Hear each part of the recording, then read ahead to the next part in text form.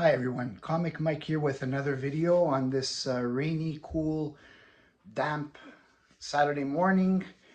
Um, One of my last videos I was talking about a heat wave, and heat wave went into a rainy, cool Saturday morning. That's Montreal. Anybody that's familiar with Montreal, one of the things I don't like is our weather tends to be always to an extreme. It's either too cold, too hot, too wet, too dry. So that's the way it is here in Montreal, Quebec. And today's video, I'm going to go back into a topic that I've done in several videos before, and I call it the Forgotten Bronze Age titles. So basically, those are titles that from the Bronze Age. Um, they ran a few issues and then they disappeared. These ones in particular are from DC. Now, these titles started in 1975, got canceled mostly because it was a part of the DC implosion that I also explained in the previous videos, where during the mid 70s and then later in the later 70s, DC, they were doing a lot of tryout issues and for different characters and ideas, and most of them never made it, and they all got axed. Cost-cutting measures, low sales, but they're still worth looking at. These books, I also consider them flip books. So if you're not familiar with that term, I mentioned it in a previous video also. So flip books are basically books that when you're flipping through the bins, you most likely have seen these books, but most people don't even bother to look at them. They just flip through. So that's why I got the title flip book. So we're gonna start this video with a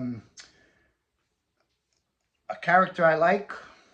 Appeared first in Detective Comics 400. Man-Bat. That's where he made his first appearance. And he was probably him and the Joker in 1975 were the only villains to have received their own title of a comic book. Joker, I believe, ran 9 issues, and Man-Bat unfortunately only ran 2 issues. So let's take a look at number 1.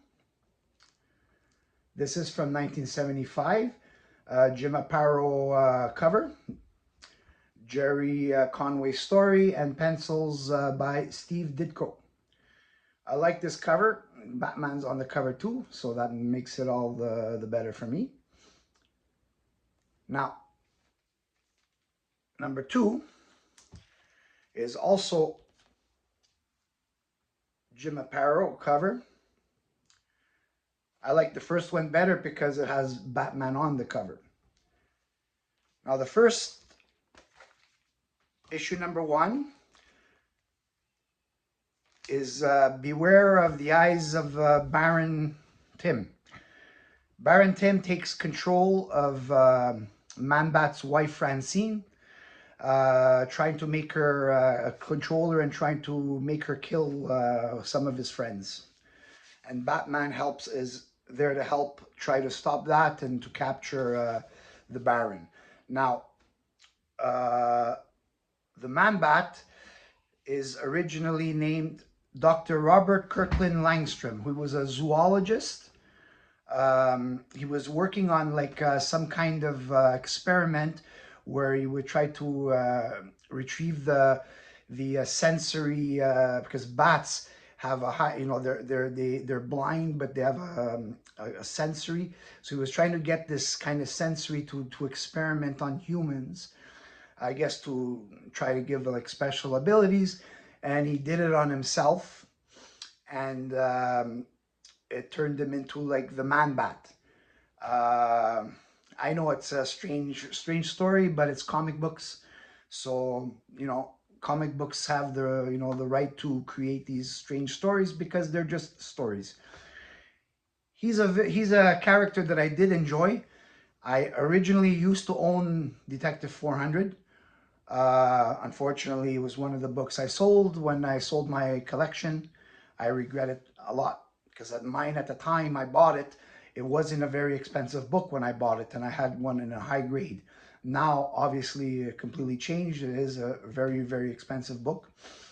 These two, you can probably find them like very inexpensively, maybe in a dollar bin.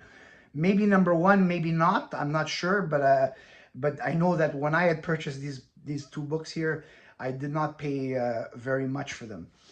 Um, Now, these two, this series, 1975, two issues. That's it. Next, we have Kong the Untamed. Now, Kong the Untamed it's a story like in caveman. In the 70s, DC did try a lot of like a caveman, let's say fantasy, like warlord kind of stories or characters because it was very popular. There was movies at the time in the of these kind of characters, so they always follow a trend of what's going on in the real world. Now this one is called Kong the Untamed. Now this is a Bernie Wrightson cover. Really nice cover. He signed it over there. Wrightson 74. So this one, the first issue started in 1974. Number two was into 75. This one ran only 5 issues. Now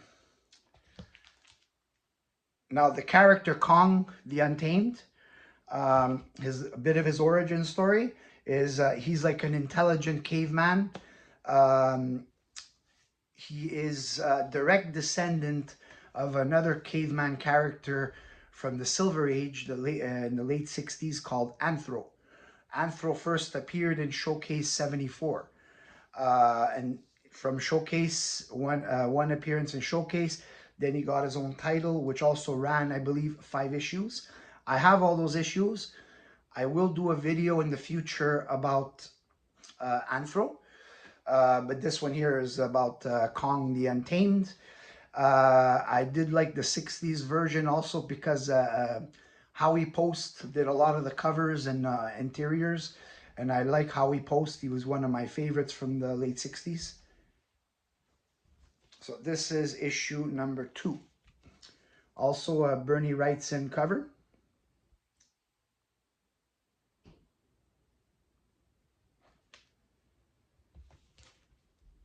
And we're going to issue number 3. This is not a Bernie Wrightson cover. This is a Bill Draught cover.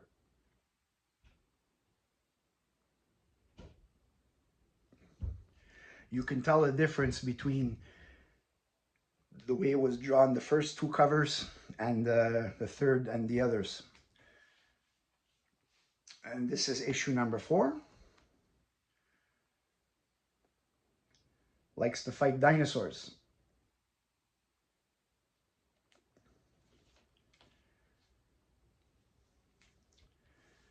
And number 5.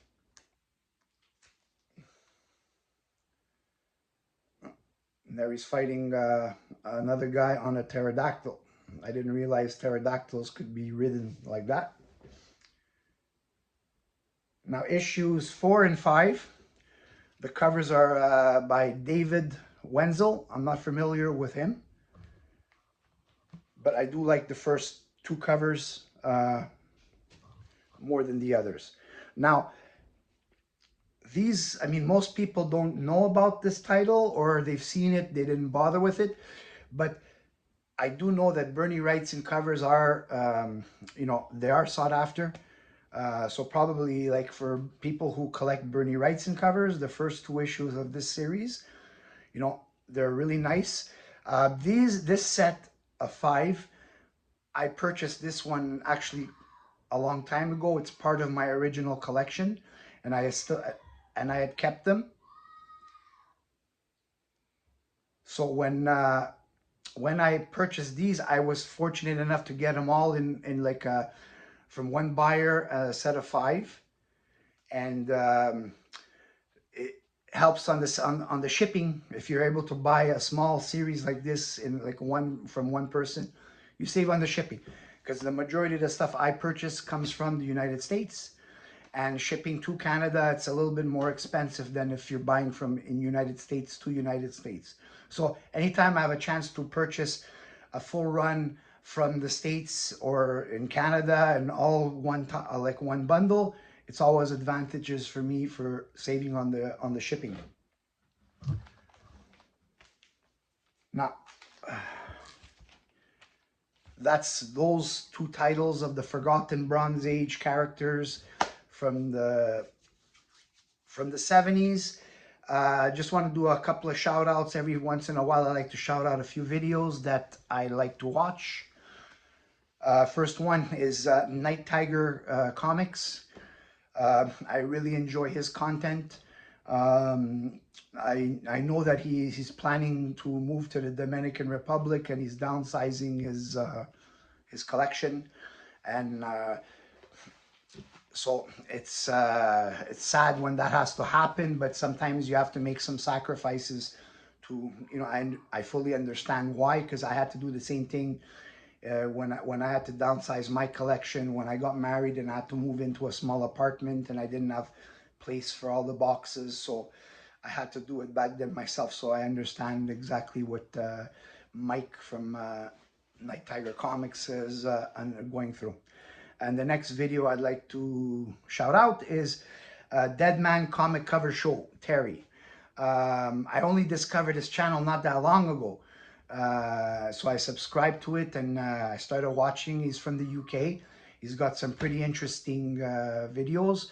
I enjoy watching him, and if you haven't heard of him, you probably did, but if you haven't, you know, take a look at his videos and subscribe. He's got a good channel there. And like I said, every once in a while I am going to shout out some content creators that I enjoy watching, because most of the time it's because they have similar stuff to me or stuff I have never seen, and I like to watch other people's videos of stuff. And that's it for this video. Please like and subscribe if you like my content. Feel free to ask me any questions, or just send me a message and I'll get back to you as quick as I can. Thanks, and have a great weekend, everyone.